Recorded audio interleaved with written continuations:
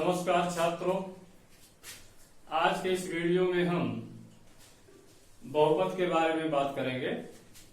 बहुपद के अंतर्गत हम देखेंगे बहुपद की परिभाषा, उदाहरण, बहुपद की घात, उदाहरण के साथ बहुपद के प्रकार एवं प्रत्येक प्रकार के उदाहरण।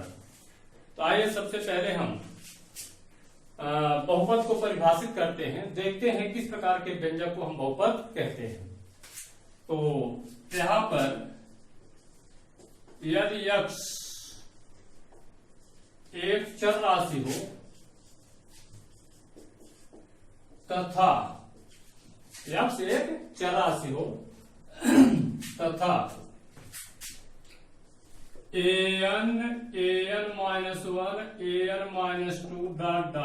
a2 a1 a0 वास्तविक संख्याएं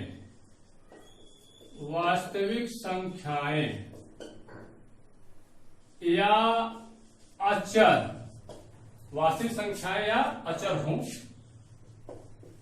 तो निम्न व्यंजक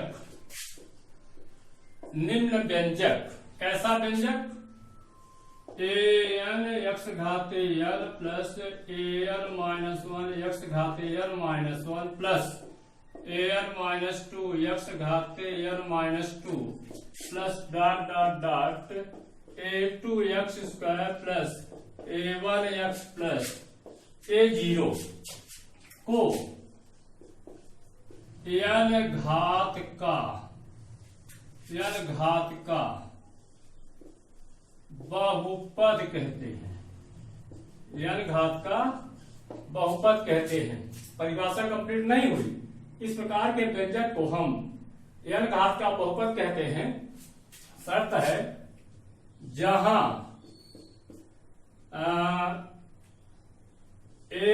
an नॉट इक्वल टू 0, अर्थात जो x घाते n का गुणांक है an उसको शून्य नहीं होना चाहिए तथा n ऋणेतर पूर्णांक है। ऋणेतर पूर्णांक का मतलब अर्थात n बड़ा क्या हो, 0 हो, 1 हो, 2 हो, 3 हो, 4, 5, 6 इस प्रकार से। तो इस प्रकार का जो व्यंजक होता है उसको हम कहते हैं n घात का बहुपद। यहां पर जो ध्यान रखिएगा कि यहां पर दो चीजें हैं, एक तो चर राशि है x और दूसरी चीजें क्या है, वास्तविक संख्याएं हैं या अचर हैं। इन दोनों से मिल करके बनता है एक व्यंजक, और व्यंजक इस प्रकार का होता है उसे हम कहते हैं बहुपद। यहाँ पर जो x की विभिन्न घातों के गुणांक हैं an, an-1, an-2, a2, a1, a0, इनको गुणांक कहा जाता है। क्या कहा जाता है? गुणांक। यहां देखिए आप, यहां x नहीं दिख रहा है तो इसको हम लिख सकते हैं ना, x घाते 0। यदि x 0 न हो तो किसी भी संख्या की घात शून्य होने पर उसका मान हमेशा 1 होता है। इसको ऐसा लिखा जा सकता है।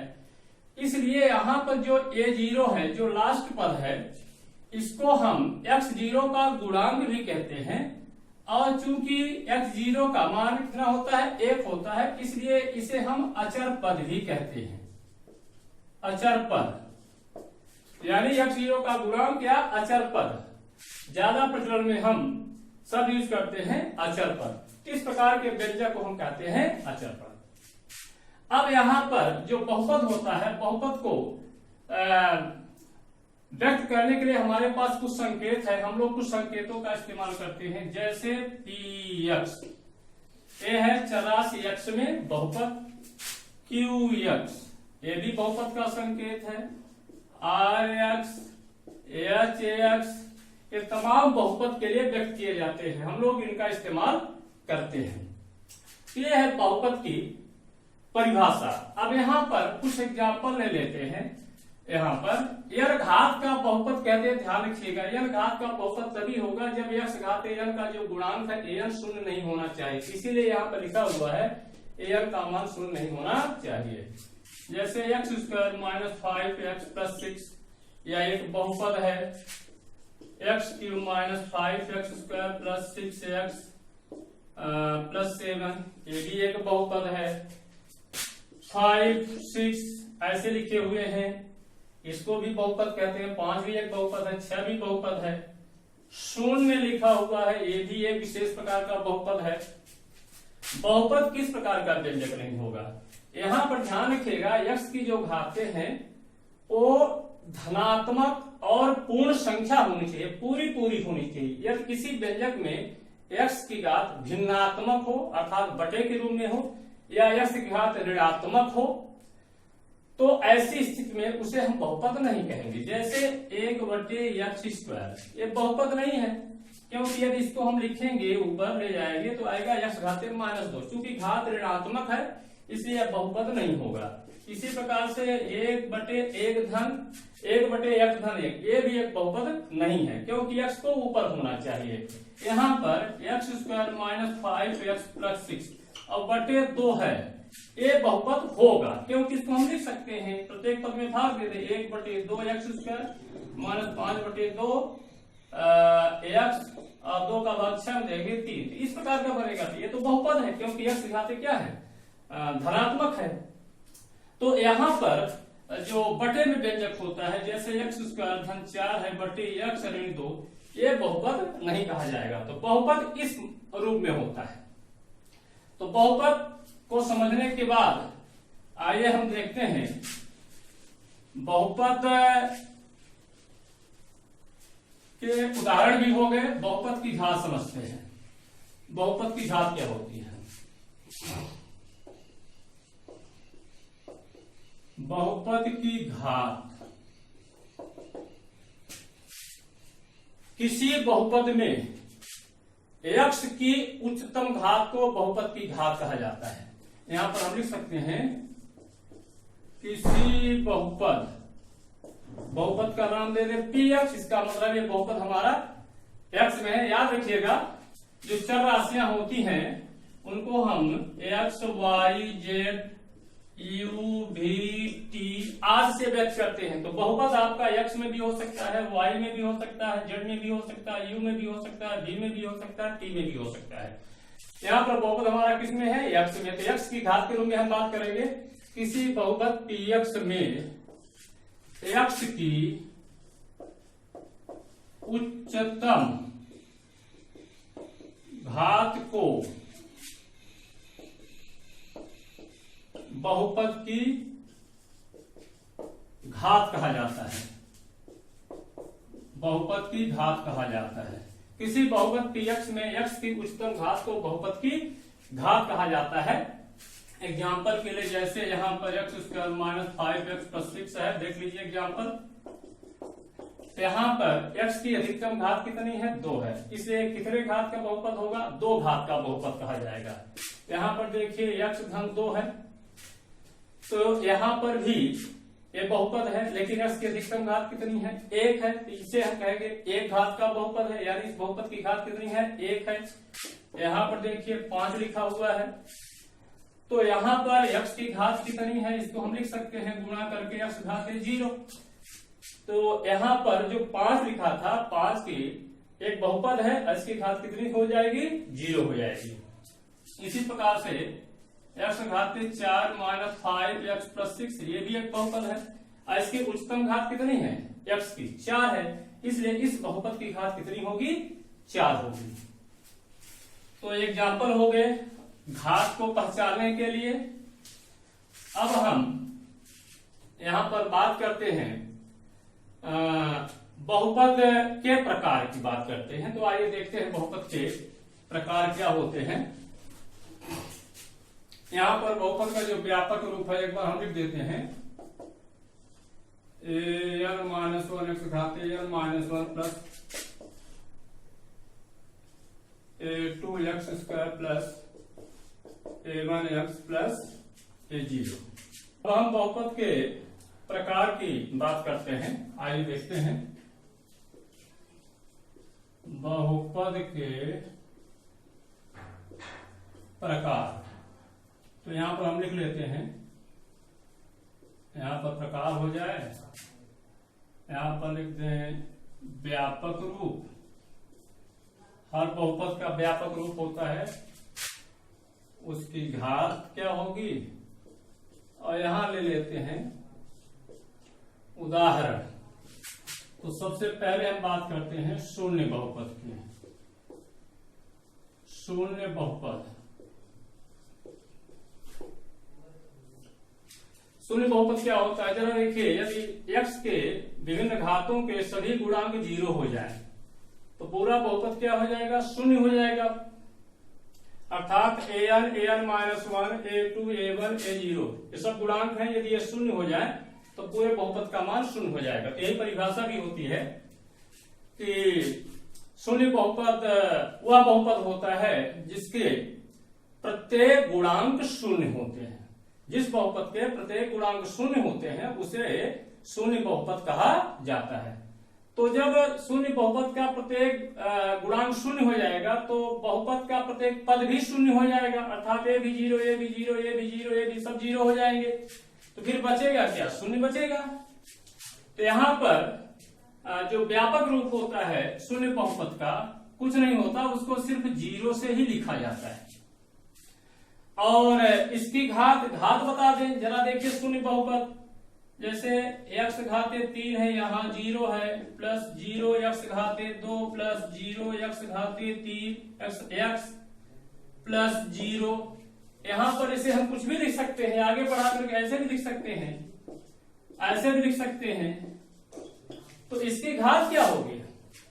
तो इसकी घात को परिभाषित करने में प्रॉब्लम आ रही है कि नहीं आ रही है। और इसीलिए शून्य बहुपद की घात परिभाषित नहीं है, यानी अपरिभाषित है। यहां पर कहेंगे कि जो घात है अपरिभाषित है, घात अपरिभाषित है, अर्थात परिभाषित नहीं है। उदाहरण में क्या होगा, 0 ही लिया जाएगा। जो शून्य होता है वह शून्य बहुपद का एक उदाहरण होता है। और शून्य बहुपद को कहां से लिखते हैं हम लोग, 0 से लिखा जाता है। इसके बाद देखेंगे हम दूसरा अचर बहुपद। अचर बहुपद कांस्टेंट पॉलिनोमियल, इसको किस तरह से परिभाषित करेंगे जरा देखिए कि ये सब गुणांक 0 हो जाए इसको छोड़ करके, तो क्या बचेगा, अचर बचेगा। तो जब अचर बचेगा तो यहां पर इस बहुपद को हम कहते हैं अचर बहुपद। इसकी घात कितनी होगी जरा देख लीजिए। जब a 0 बचा तो यहां पर ध्यान रखिएगा इसका मान शून्य नहीं होना चाहिए। यदि ये शून्य हो गया तो फिर ये शून्य बहुपद की श्रेणी में आ गया। अब पहले सभी गुणांक 0 हो चुके हैं तो ये शून्य नहीं होना चाहिए, तब इसको हम कहेंगे अचर बहुपद। और इसकी घात कितनी हो जाएगी, ये 0 को लिख सकते हैं, ये 0 डॉट x घाते 0। जरा देख लीजिए आप, यहाँ इस बहुपद की घात कितनी है, शून्य है। तो ऐसा भी कह सकते हैं कि अचर बहुपद वह बहुपद होता है जिसकी घात शून्य होती है। जैसे 5, 6, 7, -3 ये सब क्या है, अचर बहुपद है। और इन सबकी घात कितनी है, 0। तो अचर बहुपद वह बहुपद होता है जिसकी घात शून्य होती है। दूसरे ढंग से भी परिभाषित कर सकते हैं, एक शून्येतर अचर को अचर बहुपद कहा जाता है। शून्येतर अचर यानी एक अचर को, लेकिन उसका मान शून्य नहीं होना चाहिए। एक शून्येतर अचर अर्थात ऐसा अचर जिसका मान शून्य नहीं है उसे हम अचर बहुपद कहते हैं। इसका व्यापक रूप क्या होगा, इसका व्यापक रूप होगा, इसको हम ए से प्रदर्शित करते हैं, जिसका इसमें ए का मान कुछ भी हो सकता है, 4, 5, 6, 7, 8। यहाँ ध्यान रखना है कि ए का मान शून्य नहीं होना चाहिए। ये शून्य हो गया तो शून्य बहुपद में आ जाएगा। घात कितनी होगी, अचर बहुपद की घात होती है शून्य। एग्जाम्पल के रूप में आप दे सकते हैं, -3, -2, 4, 5, 7 ये जितने भी अचर हैं ये सब क्या है, अचर बहुपद है। और भी कह सकते हैं √2, √3 ये सब अचर बहुपद है। इसके बाद हम बात करते हैं अगला जो प्रकार होता है वो होता है एक घाती या इसको बोलते हैं रैखिक, एक घाती या रैखिक बहुपद। एक घाती या रैखिक बहुपद क्या होगा, परिभाषा है, एक घाती या रैखिक बहुपद उस बहुपद को कहते हैं जिसकी घात 1 होती है। यानी एक घात वाले बहुपद को रैखिक बहुपद कहा जाता है। अब एक घात वाला जो बहुपद होगा उसमें अधिक से अधिक कितने पद होंगे? एक घात है, इसका मतलब है x तो रहेगा, एक अचर पद रहेगा, यहाँ पर कोई भी अचर पद रहेगा, मान लीजिए वो b है, x में एक गुणांक भी कोई हो सकता है। तो रैखिक बहुपद में अधिक से अधिक कितने पद हो सकते हैं? 2 पद हो सकते हैं, एक x वाला होगा, एक अचर वाला होगा। इस टाइप का होता है। तो जो अचर बहुपद होता है, सॉरी एक घाती बहुपद होता है, उसका व्यापक रूप होता है ax प्लस b जैसा। ध्यान रखना है x का गुणांक a शून्य नहीं होना चाहिए। तो व्यापक रूप क्या हो जाएगा इसका? ax प्लस b, जहां a का मान शून्य नहीं होना चाहिए। एक घाती या रैखिक बहुपद की घात क्या होती है? घात होती है 1। एग्जाम्पल ले लीजिए, x प्लस 2 एक घाती बहुपद का उदाहरण है। x भर है, ये भी एक घाती बहुपद का उदाहरण है। x माइनस रूट 2 ये भी एक घाती बहुपद का उदाहरण है, जिसमें अधिक से अधिक कितने पद हो? 2 हो, और घात कितनी हो? अधिकतम 1 हो। वो हमारा एक घाती बहुपद या रैखिक बहुपद होता है।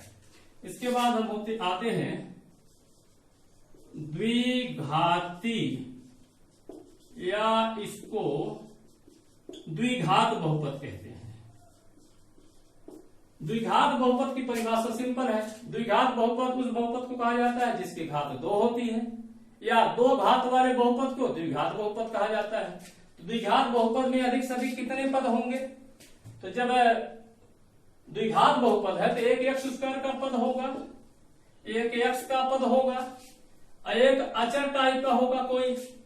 इस प्रकार से द्विघात बहुपद में अधिक से अधिक कितने पद हो सकते हैं? 3 पद हो सकते हैं। तो उसका व्यापक रूप क्या होगा? ये होता है ax square plus bx plus c। शर्त है कि ये नॉट इक्वल टू 0, नहीं तो द्विघाती बहुपद कहाँ रह पाएगा? यदि ये का मान 0 हो जाएगा तो ये वाला पद हो जाएगा 0, तो जब 0 हो जाएगा तो ये बदल जाएगा एक घाती बहुपद में। यहाँ पर शर्त ये है कि x स्क्वायर का जो गुणांक a है वो 0 नहीं होना चाहिए, बाकी b और c 0 हो सकते हैं। घात कितनी होगी द्विघात बहुपद की? घात 2 होगी। एग्जाम्पल ले लीजिए, x square minus 5x plus 6, x square minus 6 x square, ये सब क्या है? ये द्विघात बहुपद के उदाहरण है। इसके बाद अगला हम लेते हैं त्रिघाती या त्रिघात बहुपद। त्रिघात बहुपद उस बहुपद को कहा जाता है जिसकी घात 3 होती है, अर्थात 3 घात वाले बहुपद को त्रिघात बहुपद कहा जाता है। तो जब त्रिघात बहुपद की बात हम करते हैं तो उसमें अधिकतम घात कितनी होगी? 3 होगी उसकी। तो जाहिर उसमें कितने पद होंगे? ये x घात 3 का पद होना चाहिए, एक x स्क्वायर का पद हो सकता है, एक x का होगा, एक अचर पद होगा। तो अधिक से कितने पद होंगे? 4 पद होंगे। तो व्यापक रूप क्या बनेगा द्विघाती बहुपद का? ये से स्टार्ट करते हैं, ax cube plus bx square plus cx plus d। शर्त क्या है? x घात 3 का गुणांक 0 नहीं होना चाहिए, यानी a नॉट इक्वल टू 0। अब त्रिघात बहुपद है, जैसा कि नाम से ही स्पष्ट है, इसकी घात कितनी होगी? 3 होगी। एग्जाम्पल ले लीजिए, x घात 3 minus 5x square plus 6x minus 1, x cube minus root 2x, ये भी है। यानी त्रिघात बहुपद के लिए x घात 3 का पद होना जरूरी है। 6x cube minus 5x plus 6, ये सब क्या है? त्रिघात बहुपद के उदाहरण है। इसी प्रकार से यदि आप आगे बढ़ेंगे तो चार घाती बहुपद। अब चार घाती बहुपद उस बहुपद को कहा जाता है जिसकी घात 4 होती है, या 4 घात वाले बहुपद को चार घाती बहुपद कहा जाता है। तो यहाँ पर आ जाएगा, इसका व्यापक रूप होगा ax घात 4 plus bx cube plus cx square plus dx plus e। शर्त ये है कि यहाँ पर a का मान 0 नहीं होना चाहिए, यानी x घाती 4 का गुणांक 0 नहीं होना चाहिए, नहीं तो ये 4 घाती नहीं रह जाएगा। जाएगा घात कितनी होगी? 4 होगी। एग्जाम्पल आपको यहाँ ले सकते हैं कुछ भी, x घात 4 माइनस 5x प्लस 6, x घात 4 भर लेंगे तभी ये 4 घाती बहुपद होगा। और इस तरह से 4 घाती, 5 घाती, 6 घाती आदि बहुपदों को आप लिख सकते हैं, उनकी घात को भी लिख सकते हैं, उदाहरण भी आप दे सकते हैं। आज के वीडियो में बस इतना ही, मिलते हैं अगले वीडियो में।